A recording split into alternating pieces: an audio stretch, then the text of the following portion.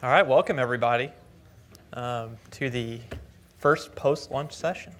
My name's John Schneider. I'm now a principal software engineer on the Spring team at Pivotal, but just by way of Netflix a few months ago. So I was here last year talking about Gradle lint, and this year I'm here talking about a somewhat similar technology that helps you lint and auto-remediate Java source code. And we were using this to distribute change across the organization at Netflix.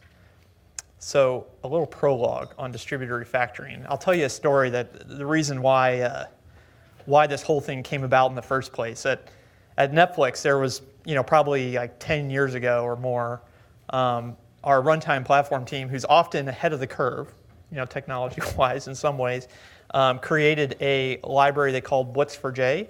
It was a logging framework, because Java needs more logging frameworks, or it did at the time. And it's eerily similar to SLF4j, but it preceded SLF4j by a year or two. And I mean, it's almost a spitting image of SLF4j in the way it functions. So there's a lot of code built with it. And later SLF4j came around, and we just adopted SLF4j instead, like most sane organizations. And yet, there was all this code that remained. There was hundreds of thousands of references scattered across thousands of repositories that still reference this old library. And so, a couple, 3 years ago, the runtime platform team did the right thing, and they added the deprecated annotations to the interface and all the methods and everything, and wrote a nice little doc on how to migrate from Blitz4j to SLF4j, and tried to push this out into the organization and be social about it. And there was some adoption, there was some change, but 2 years in, there's still 100 or 200,000 references to this old Blitz4j library. And it's not surprising, because really, it worked. It worked wholly similarly to the way SLF4j was going to work. So if you're an engineer facing other priorities, this change is never going to be a priority for you. And so what we were stuck with this library for essentially in perpetuity. And luckily that was an innocuous problem. It continued to work, everything was fine. We find in the open source world sometimes, or even internally, that some API changes are not innocuous, that you make a change from A to B and it's a breaking change. And you still are faced with the same problem of how do I propagate that change across the organization. And here I understand, I've been told that 80% of you, or more than 80% of you here, are from organizations that have more than 200 people. And so I imagine that in many of your organizations, there's large code bases, there's a bunch of different repositories, and you probably have similar issues. So one that's really well known is, to be a problem is Guava. It's almost a joke, right? Like that Guava's aggressive deprecation cycle of every other major release actually removing the things that they deprecated in the prior release. But we're so acclimated to API changes not being breaking that there's a lot of malice towards Guava. And so as an example of how we can auto-remediate these changes, what we're going to do today is write a auto-refactoring rule for Guava-deprecated methods and test that. And then we're going to run it on all of GitHub. We're going to see what the results are. We're going to see how many files are effectively vulnerable to runtime failure if their Guava version is swapped out from under them by version conflict resolution. So we're going to do this in 3 phases, and there's going to be just tons of cool tech of all sorts of random sorts.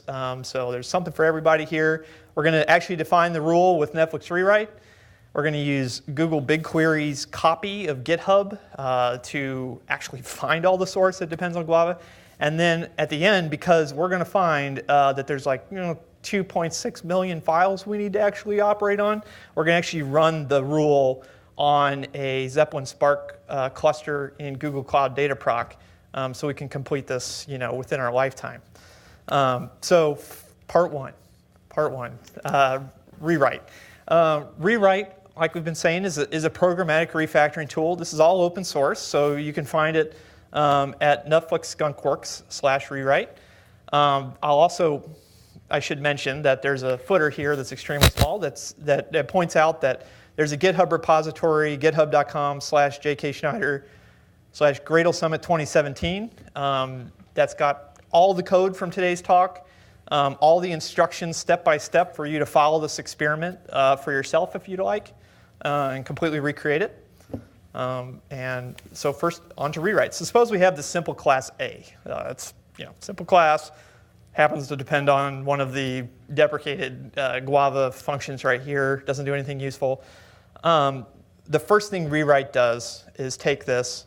You can basically take the Java source that you've got, and you can take the class path that source depends on, and you can pass it to this Oracle JDK parser, which is a rewrite concept, and it parses the Java source into a compilation unit. So a compilation unit represents everything in that file. Of course, in Java, there can be multiple classes per file, even though it's commonly not the case that happens. So compilation unit encompasses everything in the file, the packages, the imports, and all the classes. And real quickly, you can see that we can say cu.first class. The first class's name is A. Nothing particularly cool there. And the rewrite AST covers the whole Java language. So like every other AST, it's kind of scary. There's a ton of different types of AST elements in the Java language. So for just this actually we've cut out one limb here. For just two of the limbs, the import and this function definition called foo, we've got this big tree that represents this whole AST. So that's where we start. But rewrites AST is special. There's several of them out there, right? The Oracle compiler itself has an abstract syntax tree that it uses as an intermediate representation before it writes bytecode. There's an open source project out there called Java Parser that has an AST, an open source AST. The Eclipse compiler has an AST. IntelliJ has its own AST, so there's a lot of them out there. But rewrites AST is special in a few critical ways. First, it's serializable and it's acyclic, and those two things kind of go hand in hand. Since we're going to be operating on hundreds of thousands or millions of files, it's critical for us to be able to parse source and then be able to take the resultant AST and distribute that work out and actually perform that work later. Third, it's type attributed. So when you see something like objects right here in the source code, inside a foo, it's important to know what objects that refers to. In this case, it refers to com.google.com.base.objects. That's not actually always apparent just from looking at the text. If I had a star import here on base, if I was just looking at the text of the source, I actually couldn't infer that it came from that package. But when the rewrite AST is built, any symbol like that, any identity like objects, will be type attributed with the actual fully qualified type that underlies it. And that's important for us a little bit later as well. And then lastly, and this is a very unique feature, rewrites AST actually preserves the formatting as well in its AST. So if I've got some weird indentation here, I could call it beautiful indentation. We like to, coders are artists, right? We like to break lines in different places. We've got this funky little arrays.as list invocation here where we've got 4 different lines and we've made this nice little diagonal pattern. If I refactor this to change one little thing and I lose that formatting and then issue a PR to the project maintainer, they're not going to be too happy with me. So it's really important that we maintain that formatting. So all that formatting information is just embedded right there in the AST. And what this means is when we parse a source with the parser to parse a particular source file, and then we print it back out, print that AST back out, we should always get the exact same source that we got when we started. And that's part of the guarantee that rewrite provides. Similarly, if we go down to, if we navigate down the AST structure and we go to the first class and we look at the methods and we get the first method and then we get the statements and we get the first statement and we just emit that should also have formatting preserved in a way that we can print it in a trimmed way, and so you can do nice little things like that. ASTs are hard to work with, right? Like, it would be tough for you to know what all the individual types are, that there's package declarations and there's field accesses and idents, and there's probably like 50 of them. So rewrite also provides the useful high-level functions to go find things. So in this case, we're able to take that compilation unit, that top level, and say, find me all the method calls for arrays.asList. And we already know how to do that. We know what the particular AST structures look like to do that. Or similarly, you could go to a particular class and say, find me all the fields of this particular type. And so that's something you can do as well. And you can look at the GitHub documentation. There's a bunch of these these little finders and utilities to help you do the most common things. So yeah, as another example here, we can say that we can look for java.util.arrays. And again, from just looking at this text, you wouldn't actually, a human wouldn't be able to infer that arrays refers to java.util arrays. The compiler knows better, and the AST is imbued with that information so that we can make sure we correctly identify the pieces we want to refactor. So that's that. So back to a similar class that we had before. Imagine we have this class B now, and it's got two references to deprecated methods on Guava. We've got a first non-null reference here, and we've got a more executors.sameThread executor. We've just added more functionality to this method and made it even more useless right now. We can define, you can see on the second line, we can take this compilation unit, this top level thing, and we can create a refactor instance out of it. And the refactor contains high level functions to allow you to transform that code. So what I like to think of the refactor type as is something very similar to what happens when you right click in your IDE. And you right click on a method and you go to the refactor menu and you're presented with a set of options like change method signature or change name or any of those things that you would commonly do. That's what's provided in this refactor type as well. So in this case, we're going to change this method call on objects first non-null, and we're going to say, actually, it should be pointing at more objects.first non-null. And we're going to change the method name more executors.sameThread executor to direct executor instead. So again, there's a bunch of these different high-level refactoring operations that are provided out of the box. And so once we do that, once we run that refactor on a compilation unit, we can do a couple things with it. We can say refactor.fix, which emits a new AST with all the fixes in place. And then we can take that AST, we can say .print. And in this case, printing the fixed AST actually changed all the relevant parts of the code in a style-preserving way. Notice that also here, I not only changed the method invocation inline here on the first line, more objects.first non-null, but we also removed the old import that we could provably see was no longer used anywhere in the code. And we added a correct import on more objects, which is a new type that we're using.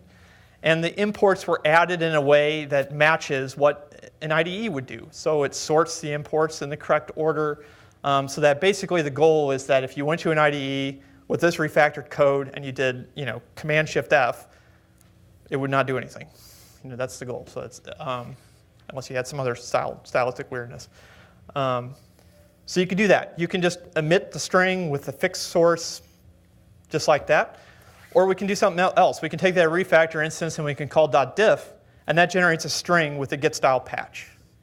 That's what we're going to do today with our GitHub repository. And so you see exactly here what was changed.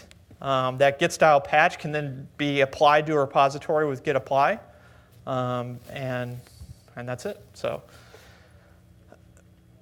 that's refactor. Just kind of like a cooking show here so that we don't have to go and define all the various rules that are necessary to fix Guava problems in GitHub. If you clone that repository, github.com/jkschneider/Gradle Summit 2017, there's a refactor Guava subproject in there that's already got all the rules for Guava defined for us. And that's what we'll operate on in the future here. So while today we're going to take this rule and we're going to run it on a Google Cloud and do some really cool things there, if I can tangent for a moment here, there's a Gradle plugin built on top of this called io.spring.rewrite. And what the Gradle plugin does is it'll scan your source set class path. It'll look at all the binaries in your class path, looking for static methods that have an auto rewrite annotation on them, just like this.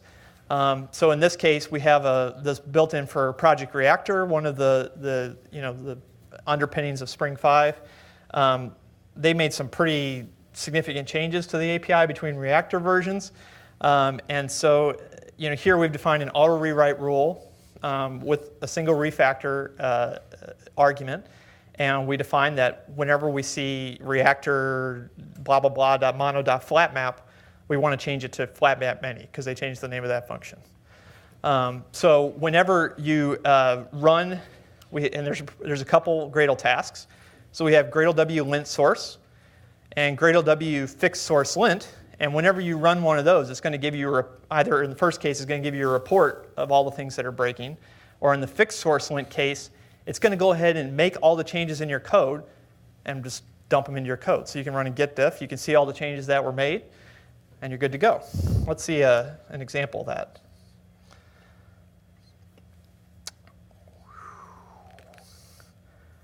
Make this bigger. We have this nice little reactor. This is what I was referring to.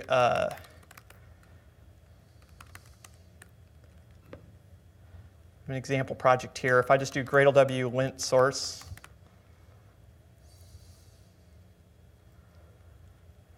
I'm presented with a little report down here that says, hey, your project's basically violating this. It requires 2 changes to flatmap. It requires 9 changes to your error handling operations. So you could fail your build on this if you wanted to. And then similarly, if we did fix source lint, and we went ahead and did a git diff afterwards, you'll see that rewrite went ahead and made all the changes necessary in our code to do this. So that's the goal. It's kind of like the developer of Reactor clicking the right-click menu in everybody's IDE. That's what the experience should be like. I know what I'm changing A to B. I know what that transformation looks like. I'll just do it programmatically. If I'm making a core library inside an organization, you could write that auto rewrite rule inside that library. When you release the next version of the library, everybody's going to automatically get the refactoring rule that could transform their code. So that's one way to do it. Of course, you could just put it in a separate library altogether and make sure it's on the class path, and that would work as well. So I'll pause here for a moment before we move on to part 2, because we're going to just completely switch gears here. Any thoughts or questions about rewrite and how that works? Yes, sir. Does this require all the code to be compiled first? Yeah. The question is, does it require Oracle to be, for the compilation step to already have taken place? And the answer is no. When you parse, it uses the Oracle compiler on source to actually, it manually walks the Oracle compiler through its parsing into AST phase, and it does some really crazy magic to make it do symbol attribution, and then it stops it right there. It doesn't go to the bytecode generation phase, so it just does those 2 things, stops it, and then it takes the Oracle AST and maps it to this other rewrite AST that's serializable, acyclic, formatting, preserving, and so forth. Yes? For the rewrite annotation that you had, yeah. How does that get distributed to people? Can you talk a little about that? Yeah, so the question is, how do you distribute the rewrite annotation? So you mean where is the annotation located? Or? Where is it located, and how does the Gradle plugin get those rules? Sure. So the annotation itself is in the core rewrite package. And the Gradle plugin just scans the class path. So when you do fix source lint, it looks at each source set independently. And so if you've got a main source set, it looks at all the classes, all the things you have on the class path for that main source set, and it looks for any auto rewrite annotations and just applies them. So to that main source. So similarly for test, it looks, so if you in the case where a library author packs the rewrite rule into their library and then releases the next version, it's already on your compile class path. You're just getting the next version of it, so you just get the rewrite rule as well. In the case where you separate it, like perhaps you want to have an organization-wide, these are all our refactor rules kind of thing, create a plugin that adds it to the compile class path, whatever you got to do, make it an optional dependency, it doesn't matter. You can kind of distribute it however you wish. That's cool. Good question. Yes, sir? Should you consider treating these almost like a liquid-based flyway kind of thing for your code? I'm not sure I'm familiar with that technology, unfortunately. But You're not changing the schema, you're changing the APIs that you're using. So it's like you're versioning kind of like what you're supposed to be using at this point in time. Yeah. So,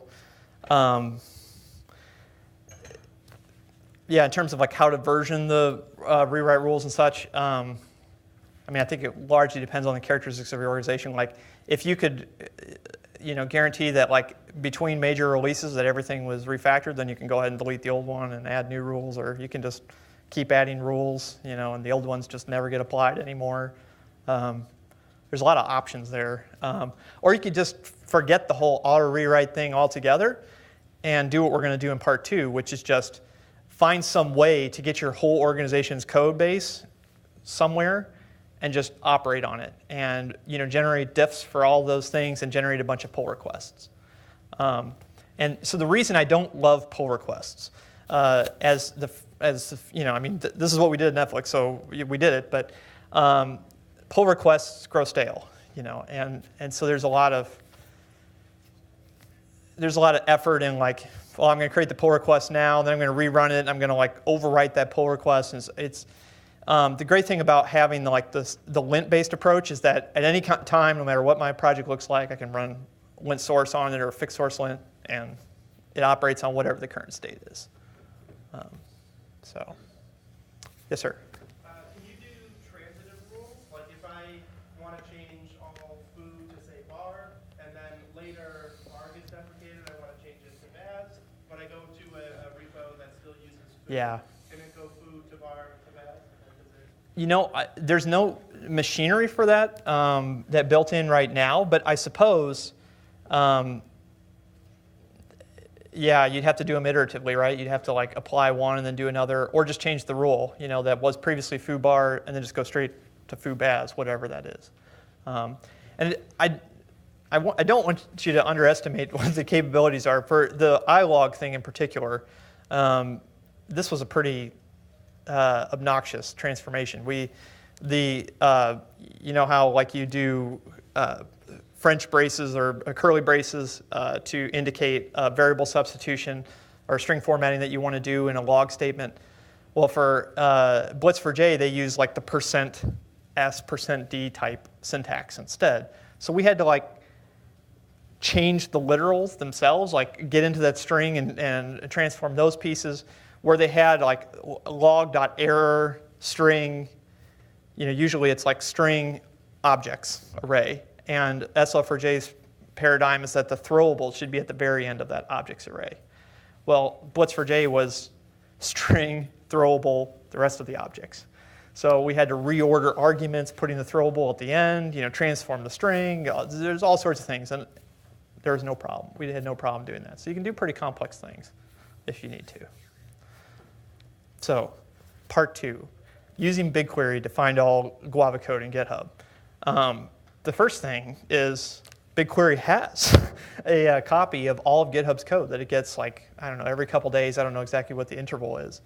But it's a publicly available data set that Google has made available and that we can query. So the first thing we're going to do is we're just going to try to identify all the Java sources in GitHub, because that's like the first thing. You can imagine this table that has all of GitHub's code is like, I think it's like 11 terabytes. It's a lot of data. So we want to try to prune it down iteratively. So if we flip over here to our Bigquery I think it's kind of like what the interface looks like. You'll see public data sets are always available over here. And you can just kind of type these queries in here. And so we're going to do a select from BigQuery public data, GitHub repos, .files, and we're going to just look for Java files. And the cool thing is you can take a destination table. So before you run the query, you can say select the table, and I want to put this in like Java files or something like that. And so when you run the query, the results of that query are going to be stored in another table. And this is the approach that you typically use so that you can cut down a huge 11 terabyte table to something more manageable, and then you kind of iteratively keep cutting it down so you don't spend a ton of money. So that was the first query to run. Secondly, we now want all the contents of all those Java files, like literally the raw source code. That's all in BigQuery as well. And we're going to just do that with a simple like select from GitHub repo.contents where, notice that I'm looking at my project now where the ID is the same as one of those Java files that I've already found. So this makes sure that we're only operating on an already smaller data set here. If you're using the free tier, this query right here is gonna eat into it's gonna like overwhelm your monthly allocation in the free tier. It starts eating into your $300 credits. I was terrified when I first ran this because I was afraid of like a $10,000 bill. I had no idea what was going to happen. But it cost me $6 to do this. So if you're just playing with Google Cloud, you could run this 50 times and it would be fine. Then lastly, we're going to cut down those sources because now we've got like several tens of millions of Java files, and we're going to do something real cheap. We're just going to look for Java files that contain just this prefix, import com.google.guava, and that's going to, or com.google.com, and that's going to allow us to identify those projects that depend on Guava in one way or another. What we're left with is, and this was startling to me, we're left with 2.6 million Java source files and 47,000-ish GitHub repositories that depend on Guava. And I'll be honest, like 2 weeks ago, I panicked here a little bit. Because I know that rewrite parses at a rate of about 0.1 seconds per file, and I was thinking, oh my gosh, this is going to take 5 days for me to like actually iterate through these things, so we have to do something different here. Part 3, we have to find a way to run this refactoring rule at scale, because my poor machine here isn't going to do it in a reasonable amount of time. Luckily, Google Cloud Dataproc makes this really easy. We're going to create a Spark, a Zeppelin cluster. I'll show you this in just a little bit. But for those that haven't used Spark, it's just a master-slave kind of thing. It's meant for, among other things, extract, transform, load type batch data operations. And whenever you stand up a new Spark cluster in Google Cloud, you're going to get one master, and you're going to get n number of workers. So if we come over here to Dataproc, I do have one, that's great. If I create a new cluster, I'm going to be able to name it. I can choose what zone I want to be in. I'm going to be able to select the type of machine for the master and how many nodes I want. We don't need that much data. And then importantly down here, you can also select these initialization actions. And the initialization actions allow you to like install pre-configured things on your masters and slaves. So for us, we're going to install Zeppelin, and Zeppelin is a UI we're going to use in a little bit to actually write the code. And then also Netflix Atlas. And Atlas is a dimensional time series metric system with a query API for us to get graphs of those time series, and we're going to install that as well. So I've already stood up this. So we'll have a cluster with Atlas and Zeppelin and a bunch of workers. Then when I first ran this, I stood up a 4-node cluster, so that's 16 CPUs available to this cluster, and I allowed Spark to start running and start refactoring, and I just sat there, for an hour passed, 2 hours passed, no work is being completed, and I had no notion of whether I was going to be waiting for another week or to Gradle Summit 2018 or how long it was going to take exactly. So it was really important that for each row that was being parsed by Spark, for each source file that was being parsed, I could find some way to emit a timing to this Atlas metric system so that I could get a notion of what the rate of parsing was so that I could extrapolate and expand the cluster as necessary. And surprisingly, there's not really a thing like this for like Spark ETL type things. Like if you're doing a map operation in Spark, you don't really get an opportunity to ship a metric somewhere. So this is what we've done. We've already installed Atlas on the cluster, and I created a simple Spring Boot application that uses the brand new Spring Metrics project for collecting dimensional metrics. And the Spring Boot project just has a simple enable Atlas metrics on it and a single controller that takes in timings. It's just got one REST endpoint with a timer endpoint so you can just send timings to it. And we stood that up as well on the master. That was part of our initialization action. So let's look at the actual wrong browser. This is Zeppelin. So what Zeppelin allows you to do is basically write your transformation operation in little paragraphs. It almost looks like Mathematica if you haven't seen this before. You just write code interactively in these paragraph forms like this. Here I'm just adding a bunch of binary dependencies and a bunch of imports. And I can use a nice little library from Spotify who's provided a way to do a Bigquery Select from Spark operating in Google Cloud Dataproc. So here I'm doing a select out of that the Java file contents Guava table that we created earlier. This is the cut down table that was already limited to just those Java source files that depended on Guava. And we can turn them into a distributed data set that we can operate on later on. And here you'll see we're going to operate on every one of those rows. And we're going to use our Oracle JDK parser that we saw earlier to parse the source file. Each source file one at a time. And because I really need to know what the rate of this is across this whole flat map operation that may be running across n number of CPUs across this cluster, I do an HTTP request. This is kind of hacky, but I do an HTTP request to this Spring Boot application I've stood up on the master with that timing information, and then execute it. So basically, I want to transform a 3-tuple of repo, path, and source file to a 4-tuple of repo, path, all the issues that something has, and the diff that represents the fixes for that particular file. So I ran this. And I ran this against the little 4-node CPU. And what I found when I did an Atlas query against that master was that we were parsing at a rate of like 120 sources per second with that default 4-node, 4 CPU master or worker pool. And so you do a little bit of math. Like, let's say I have 2.6 million files. And I want to do them like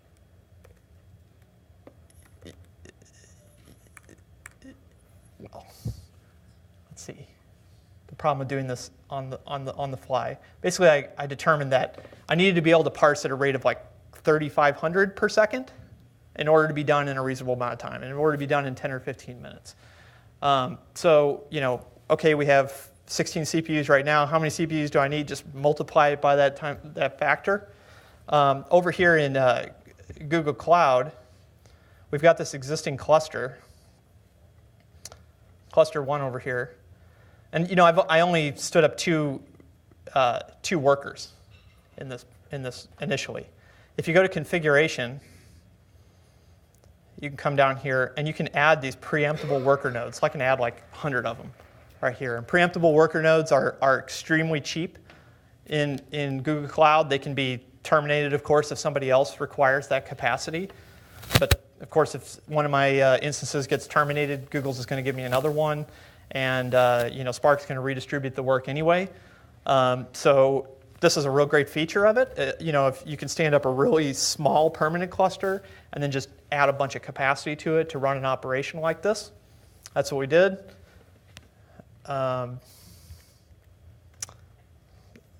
Yeah, so doing the math, we're 0.12 seconds per Java source file. We're doing about 6.25 per core per second. We just need to if we get up to 128, 512 cores times 6.25 sources per core per second, we can do 3,200 sources per second, and we can get it done in 13 minutes. We hope. And sure enough, after scaling up the cluster with those preemptible instances like that, after running for a few minutes, you could see that the cluster was parsing at about 3,500 sources per second, and this finished in 15 minutes. So, how many sources did we successfully parse? Because this was an interesting thing. Some of the sources in GitHub were so badly malformed that the Oracle compiler rewrite just totally blew up on them. We were able to parse 2.59 million of the 2.6 million files, so 96.4% of the files we were able to parse. And we found a bunch of issues. It was 4,800 of the 47,000 projects have problems that could actually blow up at runtime if it was included in something else, and there was conflict resolution happening. So a full-on 10% of projects using Guava are using a deprecated API. When we actually did the transformation, this changed 70,000 lines of code, just like that. And that was kind of the result of it right there. I'd originally promised in this talk to go ahead and issue PRs for all that. And then I got to thinking about it a little bit. And it's how would this process work? I guess I would have to fork 4,860 projects and make 70,000 lines of code, do git apply on all these, and that's fine. But I was just wondering, what would GitHub think if I just forked 4,800 projects and then issued 4,800 pull requests? I'm guessing there's some botnet thing going on there that would throw this out. But if anybody would love to try it on their GitHub profile, the code is all out there. I've even made the diffs file. I'm kind of encouraging somebody to do this. I made the diffs file publicly available for the next week. So all you have to do is take it. My Twitter handle's at the beginning here. So I'd love to see how it goes for you. But that's that. Any questions about any of the rest of this stuff? Yes, sir. Just maybe just collect volunteers to distribute the refactoring against open source. Yeah, I just need a list of all your GitHub accounts, and we'll do that. Yeah, we've already got the cluster stood up, right? So anyway. Have you thought about just emailing someone at GitHub and telling them to expect you? Yeah, I'm guessing that for most of these projects, they're dead or it isn't useful anyway. But hopefully, it's a good example of how even when you're not rebuilding a lot of projects, you could quickly go through your organization's code base and make a change and issue the PRs as necessary. Yes, sir. Do you have recommendations for Python, Java? Yeah. So in this case, for rewrite, it's specifically a Java thing. For Scala, you're saying. When I wrote it initially at Netflix, I looked at our code base, and our code base was largely Java. There was some Scala, some Groovy going on. It would be possible to, I think Groovy would be not too bad to add support for, but they just never got around to other languages. Could be done. Just wasn't worth the time. Exactly. Rob accepts pull requests, so yeah. So, any other questions on this? I hope this was helpful or interesting. I'll be wearing the Cardinals hat the rest of the day, so I'm easy to find. Come see me. Thanks for coming.